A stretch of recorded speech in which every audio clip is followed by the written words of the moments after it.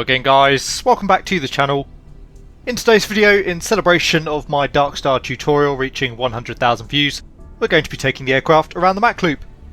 We did the same with the MB339 some months ago, and I think it's a nice little way to cap off a successful video. Obviously the Darkstar released alongside the Top Gun Maverick update for Microsoft Flight Simulator. It's a really interesting aircraft overall, quite a challenge to fly, and I think that Asobo have done a really great job with it. I'm sure that many of you are familiar with the Darkstar at this point. The aircraft is capable of speeds in excess of Mach 10, has a certified surface ceiling of 120,000 feet, but can easily reach 275,000 feet, which is the maximum altitude achievable in the sim. Anyway, our flight today is pretty straightforward. We're going to be carrying out another Mach Loop Time Trial, putting the Darkstar around the Mach Loop, seeing what sort of time we can achieve with the aircraft, and then seeing how it stacks up against the various other aircraft that we've run on the loop to date.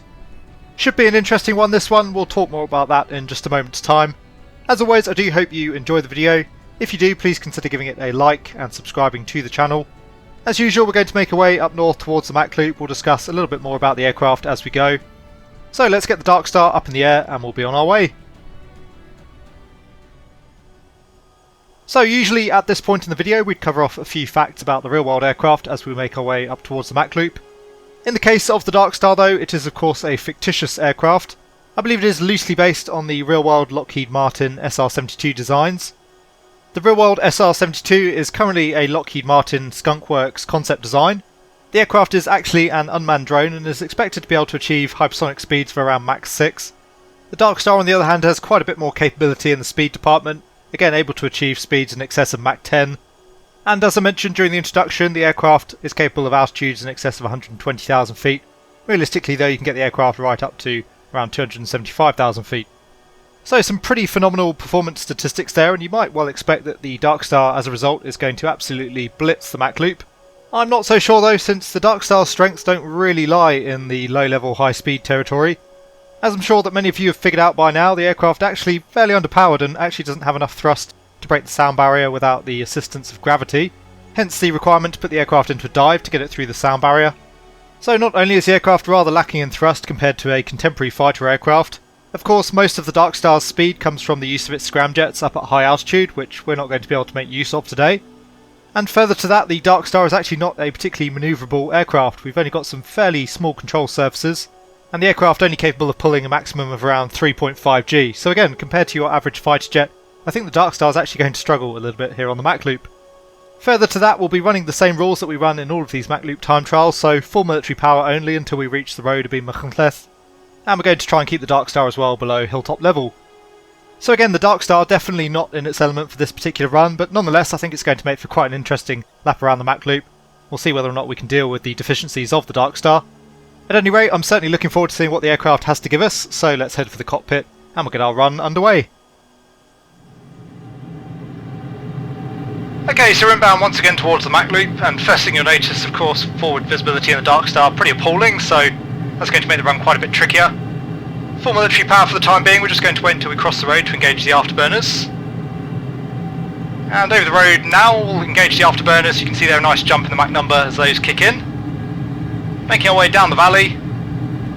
It's actually going to be pretty hard to break the sound barrier in the Darkstar during the run, since you obviously need to be in a descent to get the aircraft through Mach 1. And I generally keep runs below hilltop level as best I can during these Mach Loop time trials, so Mach 0.99 at the moment, that's probably as fast as we're going to get, and 650 knots there on the airspeed. The turn radius of the Darkstar is pretty appalling as well, so really having to preempt the turns here. Heading out, following the A470, you can see the hill there, we'll sight ourselves up with that. We've got the river as well on the primary flight display as a little bit of a visual aid. Again, full power, full afterburners, 0.99 on the Mach number. We'll start the turn now to come through Dinas Malthui. Visibility not great, and the glare there off the canopy certainly not helping. Just coming through 3G, you can hear the caution there up to 3.2 Gs. Just about managing to make the turn here. Looks like we're going to be a little bit shy to come through Bullish exit, so just coming back off the afterburners and fully back off the power momentarily to help get us through the turn. Coming up over bush, and the afterburners can go in once again. Just using the primary flight display there momentarily to help sight the turn. Again, getting the aircraft turned as quickly as we can here to come through the cross foxes in. Not going to make that turn, so again off the power, onto the spoilers as well this time, just to loosen speed. We'll get rid of the spoilers, back up to full military power, joining up with the A487. And the afterburners can go in once again as we blast our way down towards Schlimmingil. Just about maintaining visibility there as we come through the turn.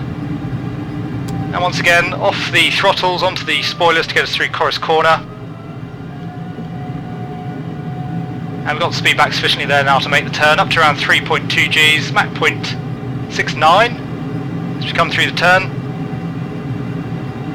Speed building up again, still just full military power at the moment. We'll just wait until we've got ourselves lined up to exit the valley here, and then we'll go back onto the afterburners. Looking good now in terms of the turn radius, so back on the afterburners. Speed building once again. And again, just about maintaining visibility here. We'll see if we can't break the sound barrier here as we come back down the hill, back towards Machloop. Still just scraping Mach 0.99 at the moment. Scraping the tops of the trees. Over the road we'll stop the stopwatch. Didn't quite break the sound barrier there. Nonetheless, I think a reasonable run overall given the limitations of the Darkstar.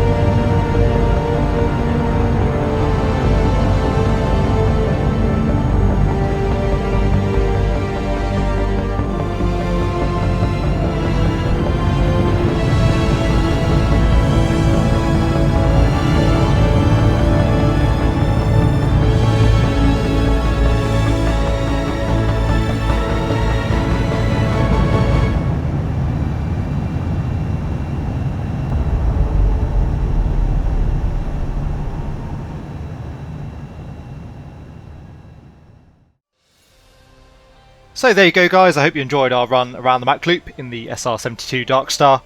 Once again the aircraft really not in its element there, quite a struggle to actually get the aircraft around the course. You can see it is actually quite an underpowered aircraft at low altitude and up against the sound barrier. Again though, I thought it made for an interesting challenge and certainly goes to demonstrate that aircraft design plays a huge part in what an aircraft is actually capable of achieving. Being able to achieve in excess of Mach 10 up in the stratosphere does not necessarily equate to excellent performance down on the ground. The hypothetical Darkstar does what it's designed to do extremely well, but that's about it in terms of the aircraft's capabilities. Anyway, the jet managed a time of 2 minutes 35.81. That puts the aircraft around 14 seconds behind the Tornado GR1, about 15 seconds in front of the F104G. And I'm fairly sure that the F104G would have been able to absolutely trounce the Darkstar under the same conditions, but if you'll recall there, we had almost zero visibility during that run. So realistically, the Darkstar probably sits just above the Blackburn Buccaneer, which makes sense. The Buccaneer is fairly limited in terms of its top speed. So again, the aircraft really struggling down at low level, not really within its comfort zone at all. But that's really half the fun I think with these Mach Loop Time Trials, taking an aircraft out of its element and seeing how it actually performs. Once again guys, I do hope you enjoyed the video. If you did, please consider giving it a like. If you want to see more content from the channel, then please consider subscribing as well.